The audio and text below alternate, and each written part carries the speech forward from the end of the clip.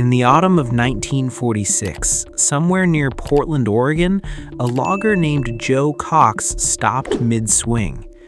The forest around him was quiet, except for the crack of burning timber left behind by a recent fire. He had been cutting salvage wood all morning. Routine work, nothing special. Then he noticed something unusual. Inside a broken tree stump, a small creature was moving through solid wood as if it didn't exist at all. It was a beetle larva, no bigger than a man's finger, and yet it was carving through hardwood faster than Cox's chainsaw ever could. That moment should have meant nothing, but it became the beginning of a transformation that would quietly reshape an entire industry. A world building itself back. Post-war America in 1946 was in motion. Soldiers were returning home in massive numbers. Cities were expanding overnight. Families needed houses, and houses needed timber. The government pushed housing programs. Demand for lumber exploded.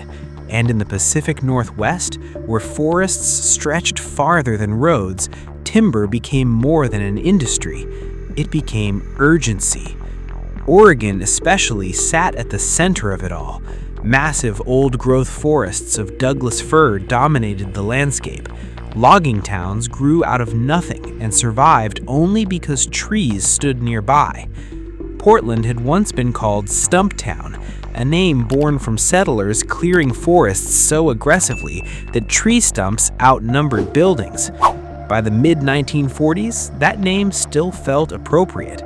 Everything depended on cutting faster, but the tools of the time weren't keeping up. The limits of machines. Chainsaws already existed, but they were far from efficient. Early models, first developed in the 1920s and later improved, were heavy, loud, and exhausting. Some required 2 operators just to function safely. But the real problem wasn't power, it was the chain. Most chains used in the industry worked like metal files dragged through wood. They were slow, dull-prone, and frustratingly inefficient. Workers often spent more time sharpening blades than actually cutting trees. Every improvement still hit the same wall. Machines were evolving, but cutting performance wasn't. The industry had reached a standstill without realizing it.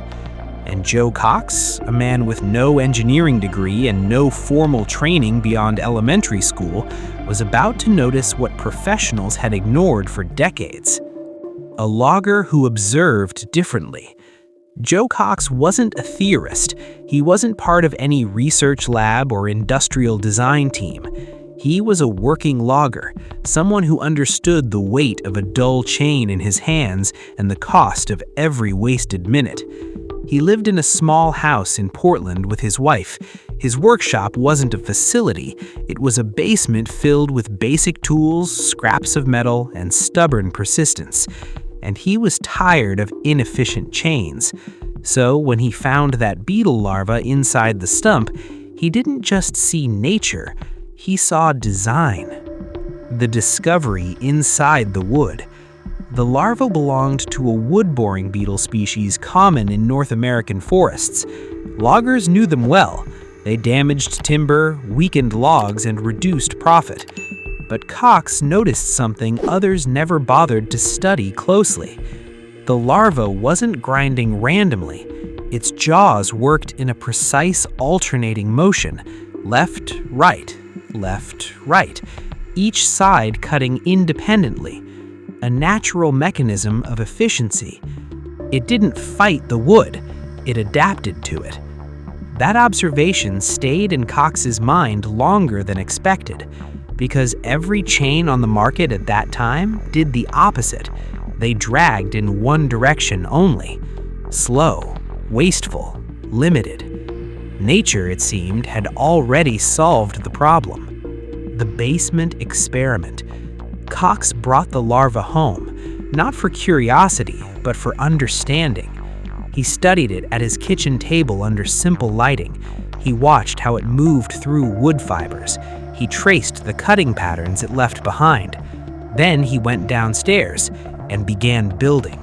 No engineers, no funding, no industrial support. Just a motorcycle chain, a workbench, and a radical idea.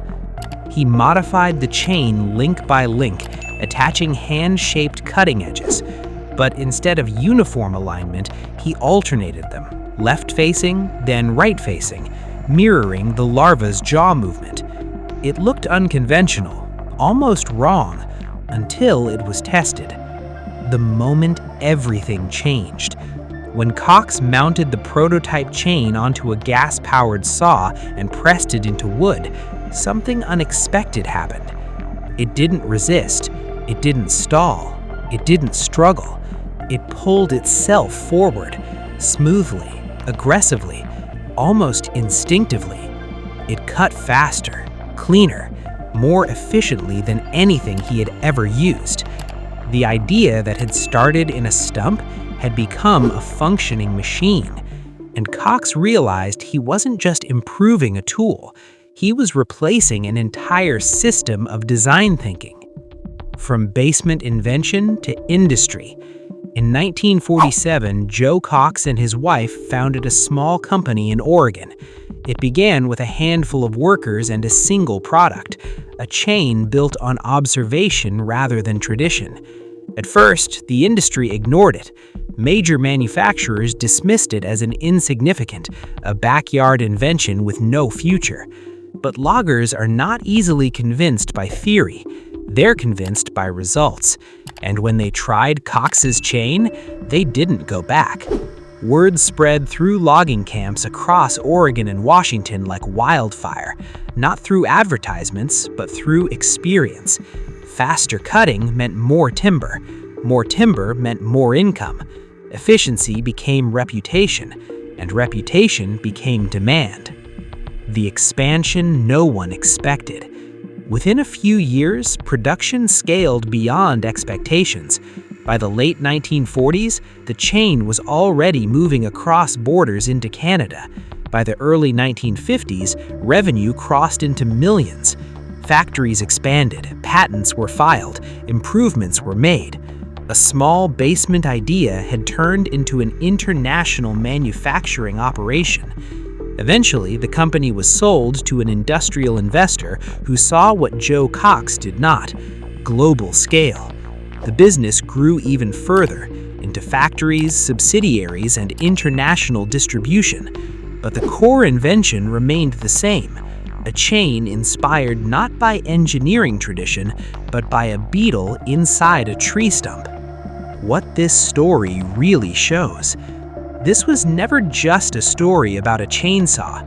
It was about observation, about noticing what others walk past without thinking. Joe Cox didn't invent efficiency from theory. He borrowed it from nature. And in doing so, he proved something that industries often forget. Innovation doesn't always come from experts. Sometimes it comes from someone standing in the forest, looking at wood and asking a very simple question: why does nature do this better than we do? From basement invention to global empire. What started as a simple improvement to a chainsaw chain didn't stay simple for long. As Oregon's design spread across logging camps in North America, something unexpected began to happen. The workplace changed. Loggers were getting injured less often, and the reason wasn't luck, it was design. The safety shift no one expected. One of the earliest breakthroughs was a small component called the guard link. It looked insignificant, a minor adjustment in steel geometry, but its impact was massive. It reduced a deadly phenomenon known as chainsaw kickback. Kickback is violent, sudden, unforgiving. When a chainsaw chain catches the wood the wrong way, the entire machine can jerk backward in a fraction of a second, often towards the operator's face. For decades, this was one of the most dangerous parts of logging. Injuries were common, fatalities were not rare. But the guard link changed that equation. And once logging companies saw the difference, adoption was no longer optional. They began requiring Oregon chains on every saw in their operations. Safety became profitable, and profitability became regulation. Over time, many of these design improvements stopped being features and became industry standards enforced across the United States. The moment Oregon became the standard. By the 1960s, Oregon was no longer just a manufacturer. It had become the default. Across North America, logging crews were using Oregon chains almost exclusively. Through the 1970s, the company expanded far beyond its original identity. Factories opened in Brazil and Puerto Rico. Production expanded from chains alone into a full ecosystem: guide bars, sprockets, and complete cutting systems. Instead of selling only parts, Oregon became embedded in the entire chainsaw industry. Manufacturers no longer treated Oregon as a supplier. They treated it as infrastructure. Chainsaws from brands like Husqvarna, Echo, McCulloch, and others were now built around Oregon components. With only a few exceptions, Oregon had become the universal standard.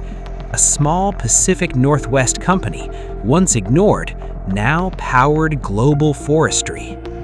When industry starts copying the inventor, even competitors were forced to respond.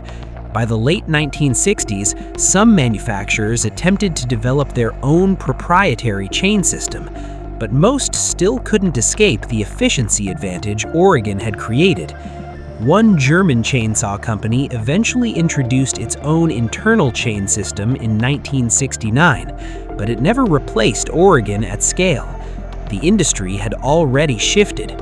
Oregon was no longer competing. It was setting the rules. From invention to corporate machine. But success changed.